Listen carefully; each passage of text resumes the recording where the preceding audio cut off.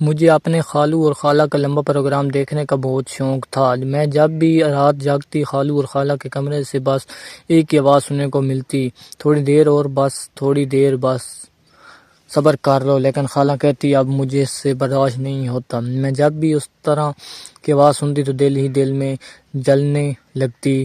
میں جاننا چاہتی تھی آخر خالو ایسا بھی کون سا کام کرتے ہیں کہ خالہ کی ہمت جواب دے جاتی ہے۔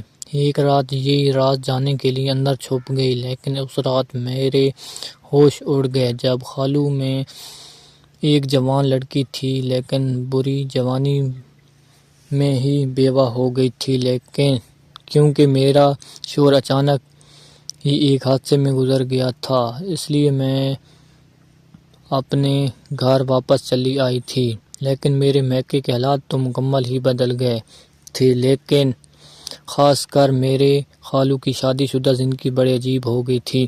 میرے شوہر کے انتقال سے قریب ہفتہ پہلے ہی خالو کی تیسری شادی ہوئی تھی، اور اب میں بیوہ ہو کر اپنے گھر پہنچی تو یہ دیکھ کر حیران رہ گئی کہ ہر صبح میری نئی نویلی خالہ کسی نہ کسی کونے میں بیٹھ کر روتی ہوئی رہی ہوتی، اور اس کی حالت بہت ہی عجیب سی ہوتی۔ کئی ہفتے تو میں نے خالہ کو بری طرح لنگڑا کر چلتے ہوئے بھی دیکھا تھا۔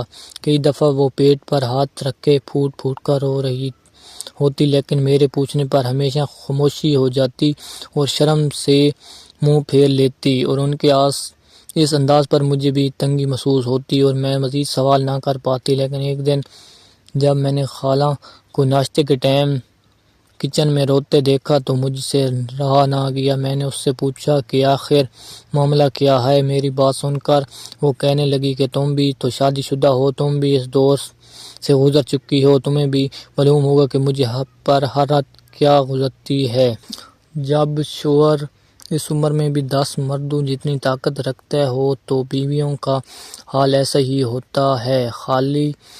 خالہ بات سن کر میں شرمندہ ہو گئی تھی، لیکن میرے ساتھ تو ایسا کچھ نہیں ہوا تھا۔ حالانکہ میں اپنے شوہر کے ساتھ ابتدائی دن ایسا گزار رہی تھی اور مجھے اس طرح کی تکلیف کا اندازہ تھا، لیکن میں حیران تھی کہ میرے 50 سالہ خالو ایسے کیا کرتے ہیں جس کی وجہ سے خالہ اس قدر پریشان ہے۔ اس عمر میں تو انسان کی ہڈیاں بھی اتنی جان بھی نہیں ہوتی۔ خالو بھی دبلا پتلا سا آدمی تھا۔ اس دن کے بعد میں نے خالہ سے کوئی سوال نہ پوچھا۔ 10 دن تک میں خاموشی سے ان کے حالت دیکھتی رہی اور دل ہی دل میں اپنے خالو کو طاقت پر حیران ہوتی رہی۔ میری شادی کو زیادہ عرصہ نہیں ہوا تھا کہ میرا شوہر ہفتے میں 2 بار بھی میرے قریب آ جاتا تو اس کے بعد وہ بہت زیادہ تھک جاتا تھا۔ حالانکہ میرا شوہر 50 سال کا ایک جوان مرد تھا، لیکن خالو تو روز روز ہی خالہ کو پریشان کرتا تھا۔ ہر صبح خالہ بھی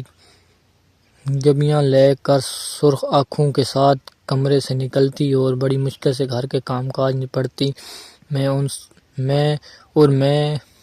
ہر روز بے بسی سے خالہ کو تکلیف میں دیکھتی تھی، لیکن ہم دونوں ہی خالہ کے لیے کچھ نہیں کر سکتے تھے۔ کبھی کبھی تو مجھے لگتا کہ خالہ جھوٹ بولتی ہے، خالو اتنی عمر میں روز روز یہ سب کیسے کرتے ہیں۔ اور پھر ایک رات جب مجھے نیند نہ آئی اور میں اپنے کمرے سے نکلی تو بلا ارادہ میں خالو کے کمرے کی طرف پہنچ گئی، اور جیسے ہی میں نے دروازہ سکون لگایا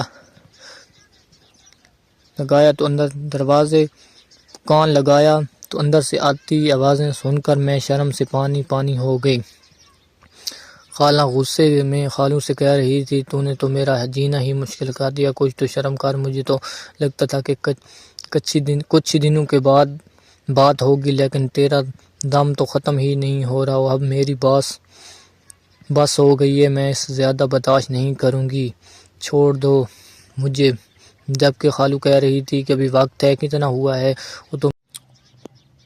اور مجھے یقین ہو گیا تھا کہ خالہ ٹھیک ہی کہتی ہے۔ اس عمر میں بھی خالو ٹھیک ٹھاک سے حیوان تھا۔ اس دن کے بعد سے میں نے خالہ کی طرف سے اپنی آنکھیں بند کر لی تھی۔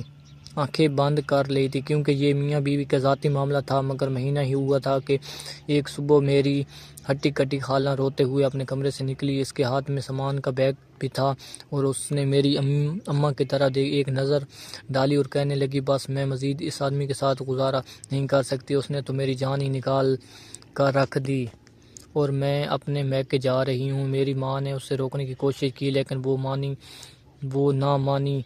میں نے بھی سمجھانا چاہا، مگر وہ فیصلہ کر چکی تھی، اس لیے اپنا سامان لیے ہمارے گھر چھوڑ کر چلی گئی۔ میں نے ایک نظر اماں پر ڈالی، جو سارا پکڑ کر ویٹ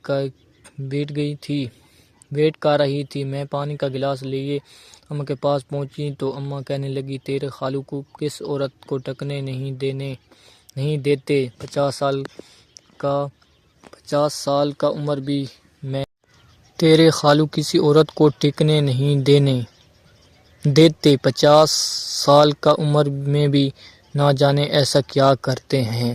اگر آپ پارٹ 2 دیکھنا چاہتے ہیں تو چینل کو سبسکرائب کریں۔